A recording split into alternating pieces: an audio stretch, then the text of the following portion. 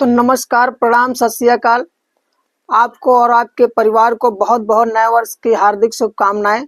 उम्मीद करते हैं कि आपका परिवार बहुत ही सुखी और मंगलमय होगा। आज के दिन एक ऐसी कहानी, एक ऐसी घटना लेकर के चलते हैं आपके लिए, जो एक ऐसे लड़के पर आधारित है।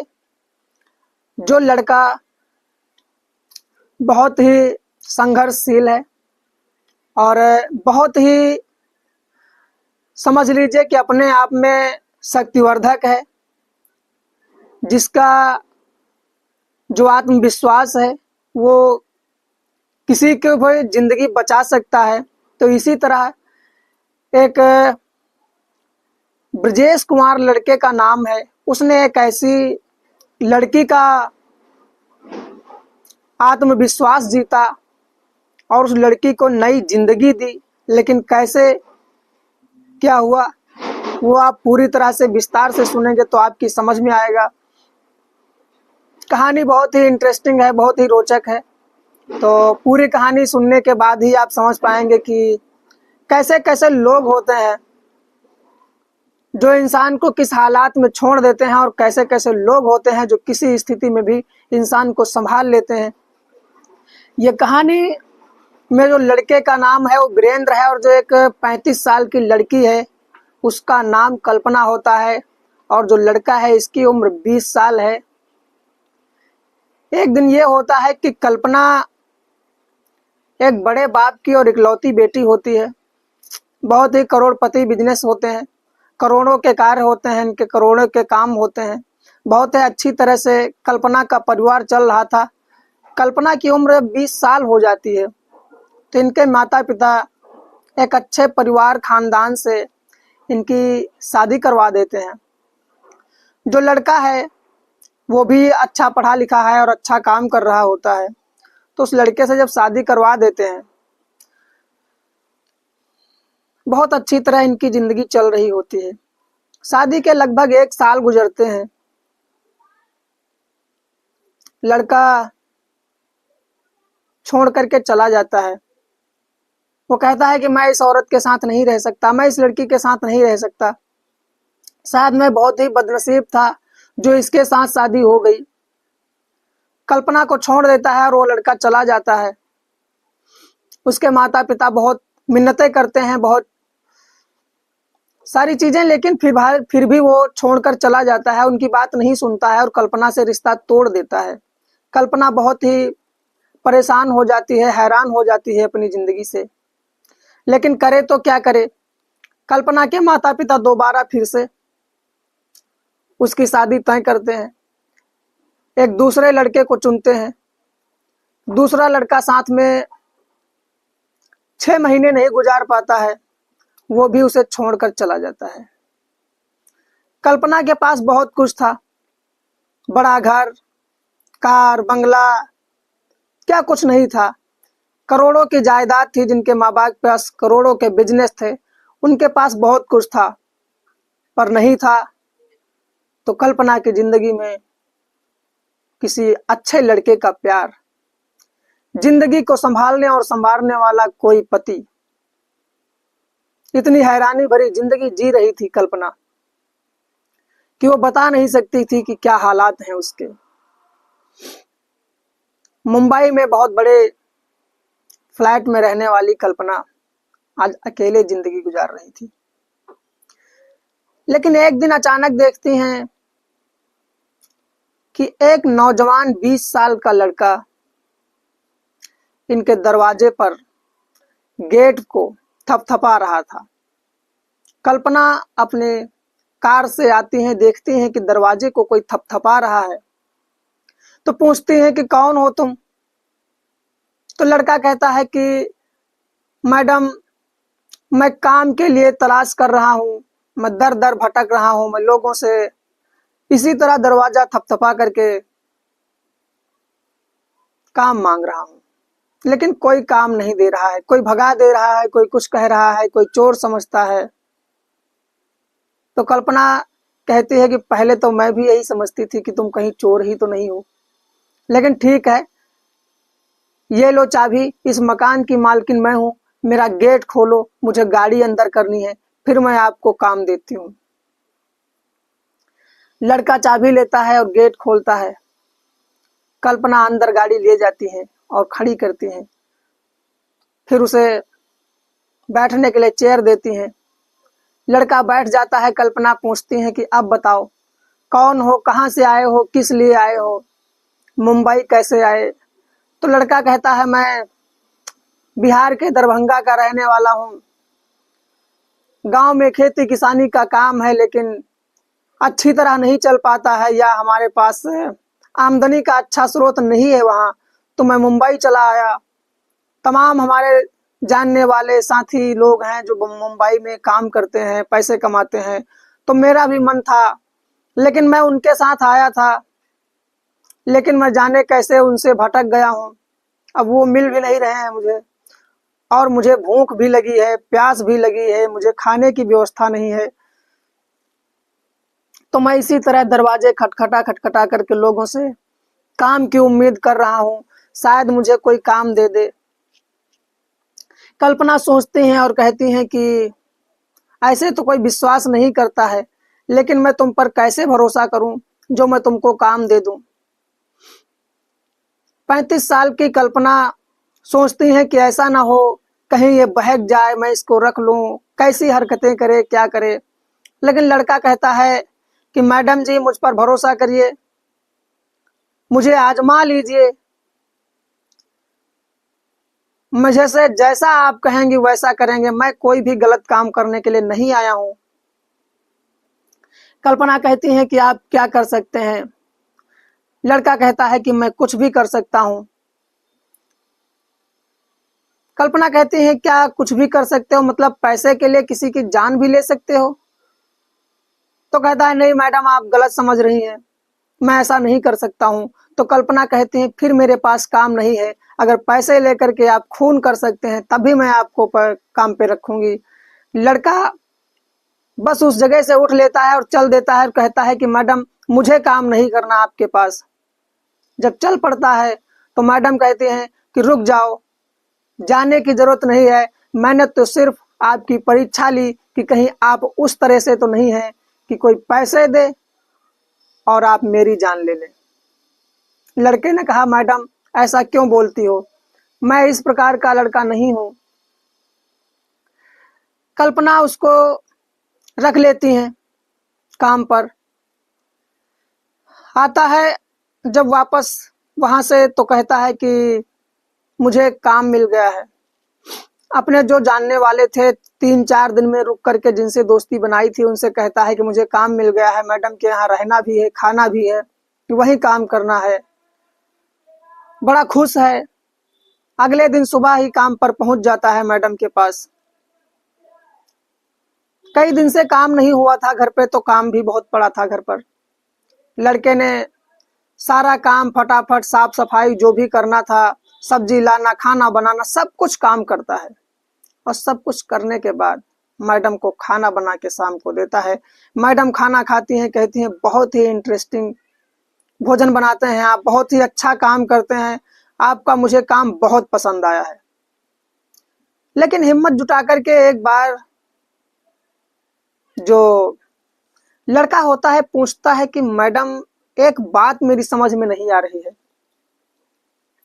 कल्पना कहती है कि क्या बात नहीं समझ में आ रही है? कहती है कि इतना बड़ा घर है।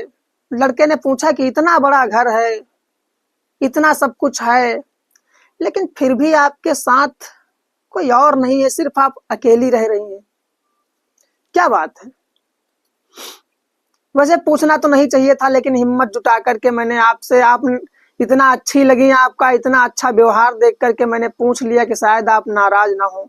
तो कल्पना ने कहा कि कोई बात नहीं, नाराज होने की कोई बात नहीं है, लेकिन मेरे साथ कुछ ऐसी दिक्कत है, कुछ ऐसी परेशानी है जिसके वास्ते सभी लोग मुझे छोड़ करके चले गए हैं, यहाँ तक कि मेरा पति भी मुझे छोड़कर चला गया। कई नौकर रखे, वो छोड़ करके चले गए, और शायद कुछ समय के बाद तुम भी छोड़ करके चले जाओगे। लड़के ने कहा कि मैडम भरोसा रखिए, मैं आपको छोड़कर नहीं जा सकता। कल्पना कहती है कि देखेंगे। आपको हमसे कितनी हमदर्दी है। लड़का कहता है कि मुझे आपसे बहुत हमदर्दी हो गई है, क्योंकि मुंबई जैसे शहर में आप जैसा कोई मालिक मिलना बहुत ही असंभव है। जैसा व्यवहार आपका हमें यहाँ मिला है, ऐसा व्यवहार किसी का नहीं हमको दिखता है। कल्पना कहती है कि कोई बात नहीं, तारीफ बस करो, अब रात हो गई है, खाना तुम भी खा लो और सो जाओ।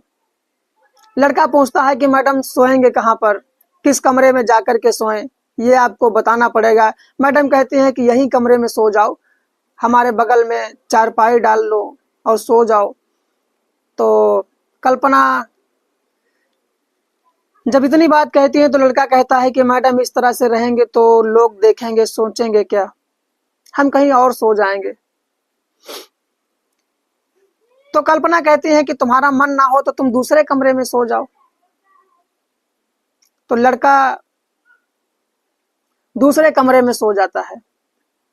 बहुत ही हैरान कर देने वाली घटना है जो आगे घटने वाली है, दिल थाम के सुनिए। जब रात के 12 बजते हैं और 1 के बीच का समय होता है, तो कल्पना के कमरे से बहुत अजीब आवाजें आ रही थी। चिल्लाने की, चीखने की, तड़पने की आवाजें आ रही थी।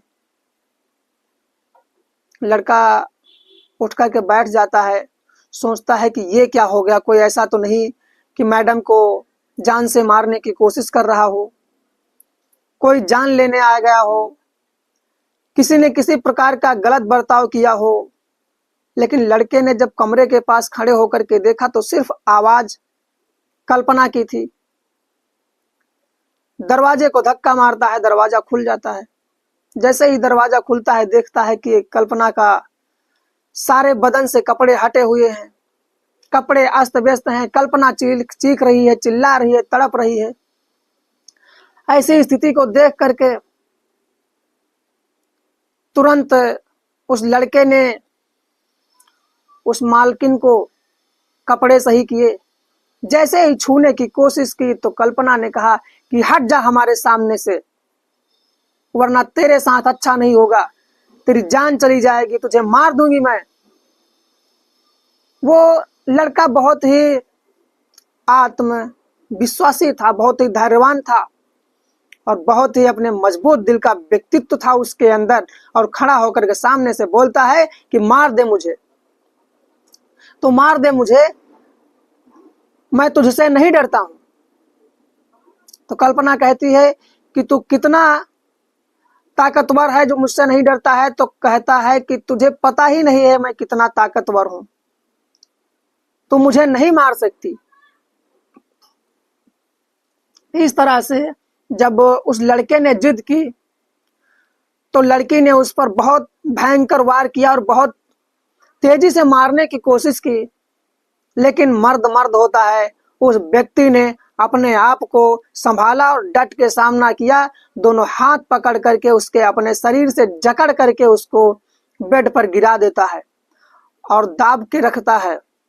कुछ उसे मेडिकली ट्रीटमेंट के बारे में जानकारी थी, उसका मुंह दबाए रखता है, एक हाथ से दोनों हाथ पकड़ता है और उसका मुंह दबाए रखता है। और 2 मिनट ऐसा करने के बाद वो लड़की बेहोश हो जाती है। जैसे ही कल्पना बेहोश होती है, वो 10 मिनट के बाद में इंतजार करता है, तब तक सोचता है कि कैसा है, क्या है। वो पूरी बात को समझ जाता है कि आखिर इसके साथ क्या हो रहा है। उसने उस लड़की को पानी मार करके, पानी का छींटा मार करके होश में लाया। जैसे ही होश में आती है, अपने सामने उस लड़के को देखती है और अपने कपड़े अस्त व्यस्त देखती है। वो तुरंत ही अपने कपड़े संभालती है और कहती है कि तुम कैसे आ गए यहाँ। लड़का कहता है कि घबराओ मत, मेरा कोई ऐसा इरादा नहीं है। आप इस समय अनकॉन्शियस हो गई थी, आपको पता ही नहीं था कि आपके साथ क्या हो रहा है। आप बहुत ही परेशान थी और बहुत ही बेहद हमारे साथ भी गलत बर्ताव कर रही थी, इसलिए मैंने आपको इस बिस्तर पर लिटा करके आपको बेहोश करने का काम किया है और बेहोश करने के बाद मैं आपको ठीक कर पाया हूँ। आप एक बीमारी है, मेंटल डिसऑर्डर की वजह से आपको ऐसी परेशानियां हो रही हैं। आपको आपकी जिंदगी में एक सच्चा साथी और सच्चा प्यार करने वाला व्यक्तित्व का आपके साथ धैर्य पूर्वक बने रहने वाला व्यक्ति अगर 6 से महीने से 1 साल तक आपका अच्छी तरह से साथ निभा जाए, आपको सारी डिप्रेशन, सारी चिंताओं से बाहर निकाल दे, तो आपकी जिंदगी में सुकून आ सकता है। आज कल्पना उस व्यक्ति से, उस लड़के से पूछती हैं कि क्या तुम्हारे अंदर ऐसी क्षमताएं हैं जो तुम मेरा सहयोग करके मुझे ठीक कर सकते हो? तो उस लड़के ने कहा कि हाँ। कल्पना आज रोने लगती है, उसके चरणों में गिर जाती है और गिड़गिड़ाने लगती है कि मेरी जिंदगी बचा लीजिए, मेरी जिंदगी में रोशनी ला दीजिए। मैं इतना जिंदगी से परेशान हूं कि मैं बता नहीं सकती। मेरी जिंदगी में हमेशा एक खौफ, एक डर बना रहता है कि मेरी जिंदगी कितने दिन की है, मैं कितने दिन जी पाऊंगी। उस लड़के ने उस लड़की को, 35 साल की औरत को अपने गांव ले जाता है। गांव ले जा करके उस क्षेत्र में एक जाने माने डॉक्टर साहब थे, उनको दिखाता है, जिनके पास वो लड़का पहले काम करता था।